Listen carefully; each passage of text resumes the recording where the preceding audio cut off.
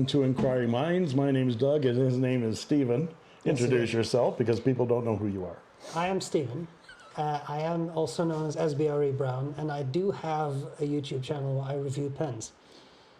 And that's why I'm a YouTube channel pen reviewer as well, because I was inspired by this guy.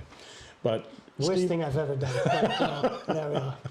But Stephen very kindly invited me to come up to his place and have a chat. He's actually got a few things for me from our friend Joost. Hi, Joost. How you doing? We've been talking about you. Are your ears burning? And I've left half the things off the list, so those pens will disappear. Slightly disappear. That's the way it is. So yeah, Stephen's going to loan me a few pens that have come from Joost via Stephen. Loan. Yes, on loan. Real soon now, RSN. And I'm going to review those pens. There's a whole pile of them. I was going to look through the pens. I thought maybe there were 3 or 4. It's about 15 or so. Yeah, so we haven't got time for that. But I also asked my viewers on my channel if you had any questions for Stephen or any questions for me or both of us. Would you please send them to me? And I've got a few here, and I thought that might generate some discussion. We already had our long confab. The two wizards putting their heads together. Confer, converse, and otherwise hobnob with my brother wizards. And Stephen's cooked a lovely lunch for me. And it was a good conversation. Yes. Yeah. So I thought we would ask these questions and see where it leads us. So, first of all, my friend Oscar Medina from Mexico. Hi, Oscar. Good to see you. He said, "What did she say?" Ha ha, very funny.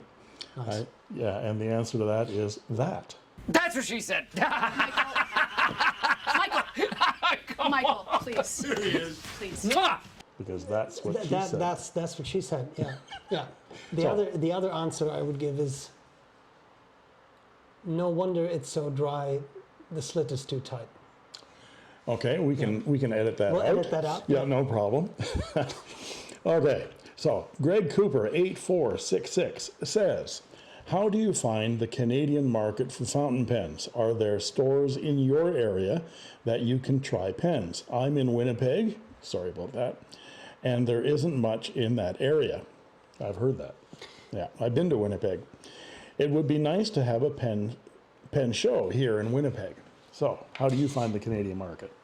It would be nice. I mean, there is the Scriptus in Toronto as a show. It would be nice, and there has been talk, but I don't think it's ever materialized, to have some sort of pen show in Alberta. Pen shop wise, I think we are fairly fortunate because Calgary has Reids, and there is the one in Edmonton, whose name I forget, Stilo Plume or the Plume or whatever. Something like that. Something like that. I've never been, but I've heard good things about it. Yeah. Exactly. Likewise. Is there anything here in Red? There is. I mean, there is an art store in Red Deer which has some fountain pen ink, so I understand. But I have not actually been there myself. So it is certainly a bit less stocked maybe than some places in Europe, but I don't think it's terrible either. But Calgary isn't far away. Calgary is not far away, so I don't really have any issues. But yeah, I can imagine if you are in other parts like Winnipeg, would be different. I always like to promote my local pen shop, Reids Stationers on 17th Avenue in Calgary. They have a terrific, the whole back of the store is all fountain pens. They have a wonderful display of Mont Blanc, Lamy, everything you can think of. It's a nice store. And it is a nice store, and you can try things out, that kind of thing. The people there are very knowledgeable and very supportive. We have other stores like your art supply dealer. There's one called Kensington Art Supply in Calgary that I just stopped at on the way here because pen friend Janice, hi Janice, sent both of us an email this morning saying they were having a 75% off garage sale, and the what's the pen? The manuscript 1825 was on sale for 75% off. So I went and grabbed one on my way up to see Stephen. So I look forward to that review. That looks cool. Yeah. So we're very, very lucky that we've got these many resources here. Wish you had something in Winnipeg, but perhaps you should think about moving to Calgary, moving to Alberta. It's So- not that it's any. I mean, it's not that the weather is any worse. So No, that's maybe you true. could- That's true. It can't get Win-win. worse than Winnipeg. I know I've been there in the summer and the winter. So sorry, guys. Yeah. Just, a little bit of Canadian humor there. And Gigabus, I think. Gibus Gang. Jeebus Gang. Some of your handles are very hard to pronounce. Best tasting ink ranking. I was not really the ink taster, but I am very tempted to try the Edelstein Star Ruby Red because it looks like candy. But I so far have maintained enough sanity to not try and taste it. But I think that might be that looks like it would be good. Sounds like it. I've never tasted inks. I've smelled inks, and KWZ, we were just talking about KWZ's Azure Blue number 5, I think it is. Most of their inks actually smell like vanilla. I love that smell. So they feel like, or they smell like you want to eat them. I don't. Then there are pen ink names that sound delicious. Yes. Like the Ferris wheel pressed Cabernet on the Lake, which is a beautiful ruby kind of with sparkle in it that looks like you want to drink it. But so thanks for that question. I've never thought about drinking my ink until now. Juan C84 asks, do you or Stephen have pens with custom ground nibs? I can't read my own writing. If so, which are your favorites? Yeah, I do have one, and just because we were playing with pens, I can't show you how it writes because there's no ink in it, but I do have a classic Pens LM1, which is a nice red to begin with. Came with actually it didn't come with, someone sent me a very broad nib for it. It's just a broad, but it was an enormous amount of tipping on it. It's not on here apparently, so no point showing you anything. But anyway, Salmon from the Toronto Pen Company, I think, he ground it into an Architect, and he did a very nice job, which again I cannot show you apparently, but what's the point? But very nice. We're going to see this or talk about this pen later, I think, because I know a question you haven't heard yet. Nice. And this pen figures in the answer that I'm going to give anyway. I have a few custom nibs, ground nibs, and they're all from Jack Hernandez, who does a fabulous job in Calgary. And it was actually one of the very first grinds that he ever did for me. And it was of my pen that I do my opening scrawl Inkquiring Minds with. It's a Memento Zero Blue Hawaii. I bought it with a broad nib, and he cut it into an Architect for me, and I write with it every week. It is just one of my very favorites. And Jack likes a lot of feedback when he grinds a nib, so he'll give it to you with that feedback on it, and then let you write with it for a while and say, if you want to smooth it out, you can, but I don't recommend it. And I've left it have that feedback on it, and it is just superb. So that's my favorite custom nib. Thanks, Juan, for that question. Gray2843 asks, what's your best pen under $30? Do you have any pens under $30? Do I own any pens under $30? That is a good question. I believe, I'm just looking at things, I believe that this was certainly not more than $30. Is it your best? It is a pen, I will say that about it. And it's, I called it a sex toy myself. there is a certain vibe to it. Note that I did Sorry. there. I hear what you did yeah, there. no, nice. I think it's quite nice. I mean, for me, really, although I don't have one, I do still think the Lamy Safari is a solid writer. The grip section is not for everyone, like certain people maybe sitting next to me. But having said that, they're fairly inexpensive pens. They tend to work well. So that's probably my choice, even though I don't have it. That's kind of what I would say. I'm not leaving. Doug just left. I just saw him drive off. This is, now I'm cheating a bit because this is not in its current configuration $30. This is a Wingsung 601. and it is a hooded nib. In this configuration where it's all stainless steel, it's probably more like $60 because I've replaced the nib with a bobby bent nib, replaced the section with stainless steel. But this flighter version you can get from Bobby on AliExpress, I think, for like $60 or $70, not gold.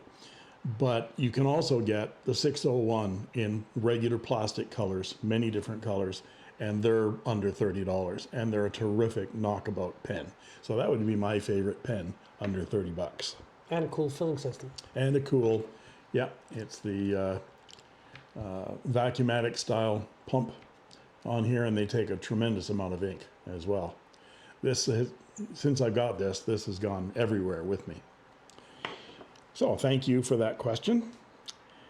And Regularja, I can't even read my own writing. So 8152 says, if you have a chance to collaborate with Ackerman, what is the base color and shimmer that you would choose to begin with? So they knew that you have already collaborated with Ackerman for your Stephen Brown. Yes. Brown. Yeah. Is there another color that you would collaborate with them? I actually get that question quite a lot, and the only reason I haven't ventured into it is that SBRE Brown has a nice ring to it, and SBRE Blue does not. But having said that, you never know, and I'm certainly not closing that door. It's just that I'm not sure what I would do if it would not be a brown. So that's kind of the short of that. As to shimmer, I have never really been a shimmer person. So if I were to pick a base color, what I would like is a very dark gray, and I don't know why, but I always forget gray inks exist, or I'd like to see a nice gray. But no shimmer for me. You can have all the shimmer. I don't need it. What about you? I have one Ackerman ink. I love the bottle. They're terrific bottles. And it is shocking blue. And That's a a good one. wonderful, wonderful That's a good color. Yeah. I think that it'd have to be blue. My favorite color is my favorite ink color is the one that you see in the opening scrawl of mine, which is J. Urbain Kyanite du Nepal, which is an azure blue that has a silver shimmer to it. I think I would look for something that is similar to a Konpeki with Ackerman that had a silver shimmer to it, like that. If Ackerman was interested in speaking to me at all about something like that. We can we'll make see. introductions. Okay, Yeah. you know people over there. Yeah, I know. Right. My people will contact your people. Yeah, okay, Yeah. good. Thank you for that question. And Dan Cruz, 7832, asks, is there a consensus on how different makes of nibs, Jovo, Bach, Schmidt, etc., perform? That's a good question, and I would be interested in your answer too. I think, and this sounds like I'm dodging the question, which I'm not. I think it's a bit of a matter of personal preference. What I will say is, for me, I have found often that Bach nibs are a bit drier than Jovo nibs. However, I have recently I had a conversation with someone online who actually found the opposite, that the Bach nibs are wetter. Now, I will say, when you get to the number 8 Bach nibs, they have an ebonite feed, and that can make quite a difference. However, I have had number 8 Bach nibs that, especially the titanium ones, that ran dry very quickly, that's really starved, whereas others, even the titanium, so same material, same brand, were much wetter. I think there's a bit of a difference there. And I want to say that Schmidt is actually a subsidiary of maybe Bach, but correct me if I'm wrong, because I could be wrong. I always thought there were 3 separate brands, but someone at some point told me, no, that's not the case. Anyway, I could be wrong. So that would be it. So if I were to have the choice, I would probably tend to pick a Jovo nib over a Bach nib, but I've had some lovely Bach nibs. So it's, again, that's maybe a bit wishy-washy, but that's about my experience. It's a bit in the dryness. It's the smoothness. I don't know that I've really noticed any difference. What about you? Someone else later asks a question similar to this about why there seem to be more Jovo nibs than Schmidts out there. and it has to do with production or the size of the company. Again, I don't know any details about this. I thought that Bach was a family-owned business, Peter Bach and his family-owned. Jovo, I have no idea what their ownership is, but they seem to be able to mass produce nibs in a larger scale than Bach or Schmidt. That's my guess. Well, and there's also the fact that when you, and I'm not like, I've not done this, but having talked to pen makers, I have heard the number 5,000, that if you want to order from Bach, you need to order 5,000 nib units, and maybe it's 3,000, whatever. I thought it was 5,000. But I mean, clearly, when you are a small pen maker, to buy 5,000 nibs is an issue, and there might even have been something, but I could be making that up, and it has to be every grade, so it has to be fine and medium and broad, and that's financially not doable if you are a smaller manufacturer. Right. So maybe that's part of it too. That a lot of these smaller companies, like how Edison started, for example, they went to Jovo straight away because I don't think it was feasible. Right, yeah. And from my limited experience of nibs, I've seen more Jovos than I've seen Bachs or Schmidts. And so the higher percentage of Jovos have been nicer nibs. And also I've seen other companies move from Bach to Jovo. So Leonardo, for example, my first Leonardo was that aforementioned Momento Zero Blue Hawaii. And one of the reasons I got it cut was because the nib performed so badly. In fact, it would not write. I bought 2 nibs, both nibs would not write out of the box from Leonardo.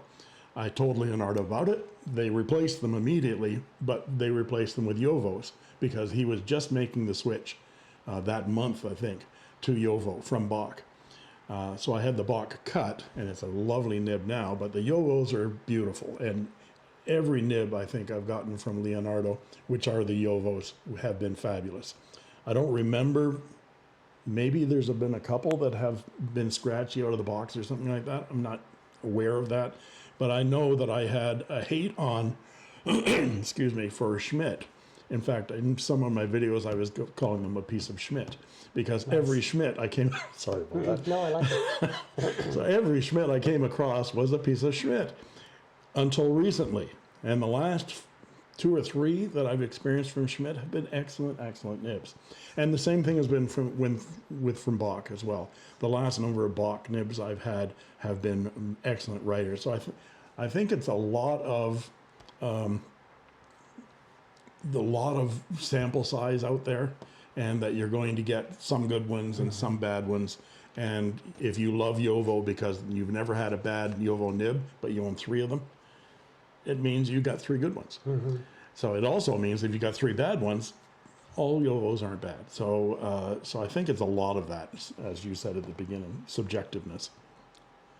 That's my answer, and I'm sticking to it. Okay. En Croissant says, if you had to trade 1 pen each, what would you like to offer, and what would you like to receive? Nice. You want this? No. Yeah, thank you. That'd be great. I think I have one of these. No, I gave it back. This was Janice's. Well, we're looking at pens. You just covered up a pen. Sorry, we just did. This is the pen he's supposed to. Nice. Oh, here. You want LB6 here? There we trade go. This. Oh, wow. And yeah. Wow. Would you actually part with this? It would be difficult. It would be difficult. It is a pen that I really love. I mean, there are pens that I love a little less.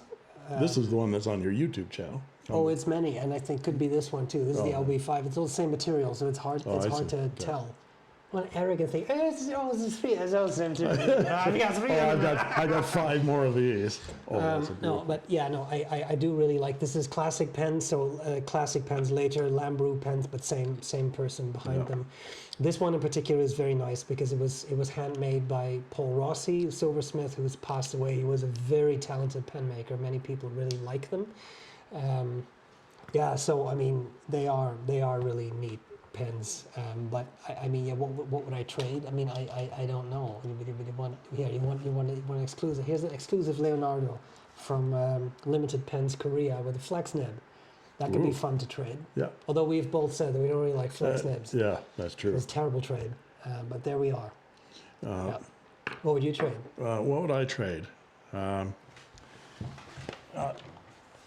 probably should say no to this. Okay, I'm going to have two choices here. This is a Delta DV2 Nice. that was gifted to me by Nino Marino himself.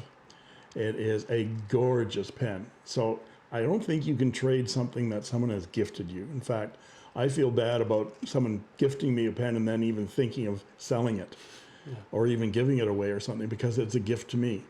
I don't like re-gifting. So I'd have to probably say no to that. I might consider this one. I'm not sure that you know that. That's the Dutch Pen Show 2021, nice. I think. Yeah. It's Jonathan Brooks Earth Magic 2, 18 karat gold, or 14 karat gold nib. Very pretty. It's a lovely Momento Zero Grande. Yeah, it's very nice. Yeah, so that would be a consideration if I got an LB5 Then we in can. exchange. Then we talk, yeah. So, It's good. it's not exactly equivalent, but It's close enough. close enough. Yeah. Close enough for pens. And I'll throw in this. There you go. Get another one of these. He's trying to get rid of this. Yeah, yeah. Okay, You want this? I think I know a guy. Yeah, nice. Okay, thank you, On Croissant, for that answer, or that question. Archivist 17, hey there. He's a pain in my rear sometimes. Sorry, I'm just kidding. How does one get to be a friend of Murray? A lot of money. He's not going to answer to that. You have to understand that there is the Calgary Pen Club, but then there is the VIP Calgary Pen Club, where you need to have a sort of gold credit card you use to get in. It's hidden somewhere. You have to. There's one specific tile in the wall that you press, and then they ask for your card, and then you get in. Yeah, the guy named Guido says, "You got the card." Yeah, and then you get to talk to Murray, and then Murray will lend you one of his 579,000 pens. Yeah. That's the way. I think that's the way it goes. I think that's the way it what you goes. did, That's right? what I did. Yeah, I went through the whole hazing ritual and everything. Yeah. To become just a poor servant of the Grand Imperial Poobah. Yeah. Hi, Murray. Yeah. Thank you, Archivist, for that very provocative question. Aranides says, if the economy goes belly up and bread rises to, that's clever, bread rises, to $20 a loaf, do you think Sailor 14 karat gold nib prices will ever be justified? I think no gold nib prices are fully justified. And when you look, once you get into the market of, you buy a pen with a steel nib, but then you have the upgrade to a gold nib, and that is as much as the pen, or twice the price of the pen. I think there's something odd going on. Mm-hmm. So I feel that often it's not justified, and I do not keep a close eye on the market value of gold. So I mean, maybe it is justified. I always feel that there is something fishy going on with a nib that weighs a gram, tops or something of gold. I think there is a substantial markup going on there. So I don't think it will ever be justified. Plus, I also think you shouldn't discount a good steel nib. We've had an extensive discussion about inexpensive pens that can be fantastic writers, and I don't think, I'm not saying that you do, but I'm saying that we shouldn't automatically discard something as, oh, it's not a gold nib, well then it's a crappy pen or whatever. I just don't think that's true. Yeah. So, yeah. And this goes back, I'm going to sort of shift the question a little bit to the difference between gold nib and steel nib. Because this was an eye-opener for me. I've not been in the business as long as this guy. But to me, when I first learned about gold nibs versus steel nibs, I thought, oh, the gold is more flexible. And then I bought a Platinum President. And there's a beautiful 18 karat gold nib. It's not flexible at all. It's not bouncy at all. It's a beautiful nib. But then I asked my friend Jack Hernandez. I said, well, he's a nib expert. What's the difference between 14 karat gold nib and a steel nib? And is one inherently softer than the other? And he said, no. It has very little to do with the difference between gold and steel.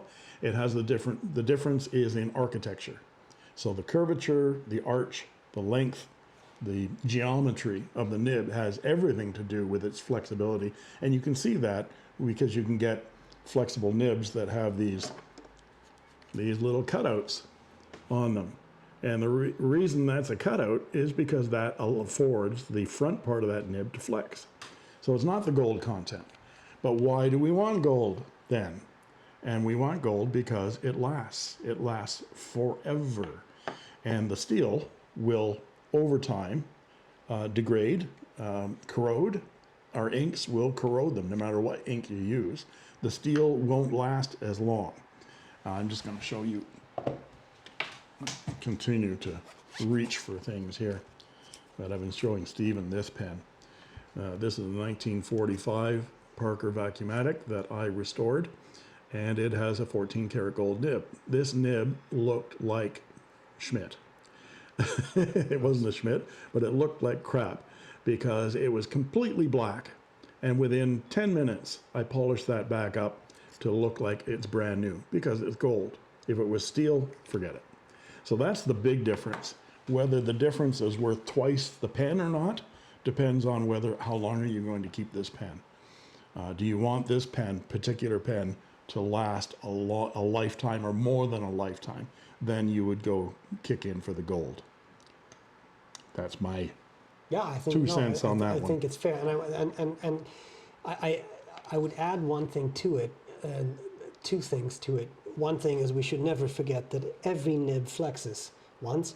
The second thing is kind of tying into what you said about flexibility. I also get a lot of comments or emails or whatever from people who say, so I used steel nibs for a while, I saved up, I bought a gold nib, but I'm actually disappointed because I was thinking this would be some sort of magical angel start to sing experience. And it's not. It's not. It's in the grind. How is the tipping ground? And yes, there may be some bounciness, there may not be. Like Doug said, that's really the geometry of that nib. But don't have the expectation if you're starting out that it's going to be a night and day difference, because it doesn't have to be. It can be, but it doesn't have to be. And I always find it very sad when people have such an experience where they save up and they think this is going to change my life, and it's just another nib. So also have modest expectations. Yeah, it's the expectations.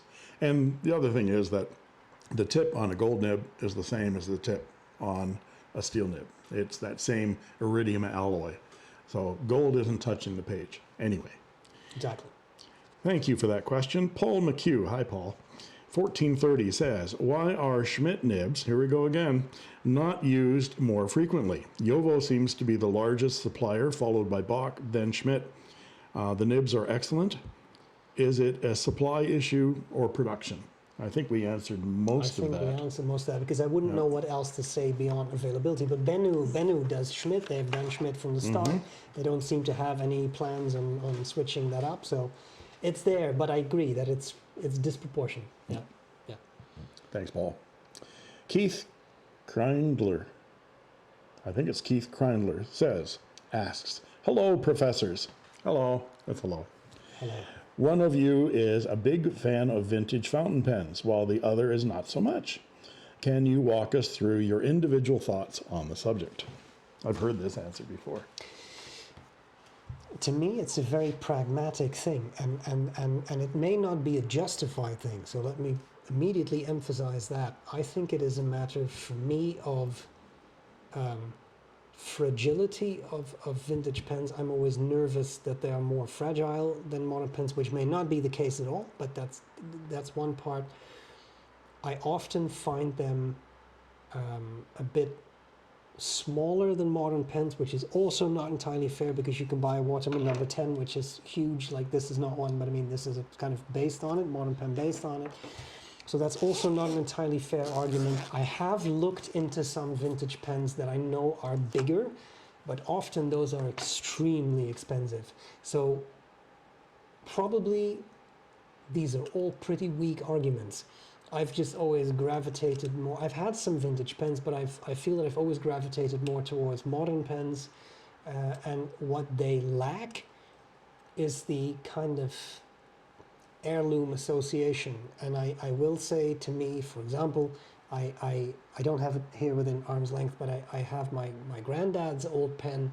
That is not particularly vintage. It's a Parker 75. It's not like from 1910 or something, but still, the personal connection to that is much greater than a modern pen will be. Although I guess if you have it long enough, it gets that. But vintage pens come with that, and if you find a vintage pen which has someone's initials engraved in it or something, you know that someone has used that pen for a long time. That is very special, and I will be the first to admit that it's hard to get with modern pens. But so it's, for me, it's very pragmatic and may not be entirely true. What about you? Yeah, good answer. Good answer. For me, I fell into vintage pens completely by accident. I have to blame my university colleague Jim for that. Thank you, Jim.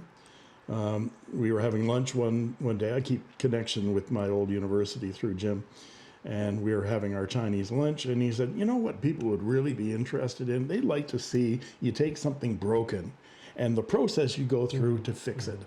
And I thought, well, that's interesting. And so I looked at restoring a couple of vintage pens that were loaned to me by Ron, and got really quite interested and intrigued. Not by how popular the videos were, because they aren't, but by how interested I was in going through the process, and the results actually being something that made me right chuffed about being able to fix something that was previously dead. And so I blame Jim for the Pen Resurrection Sunday series, because I take a pen that was previously completely dead and probably filled with history. This one is from my friend John. This is a Waterman 100, which is not a small vintage pen, so there are bigger ones out there. But I was able to take the pen from a state that no one would pay $5 for it, and into a state that rivals some of the modern pens. And that makes this pen more valuable to me than some of my pens that I've spent hundreds of dollars on.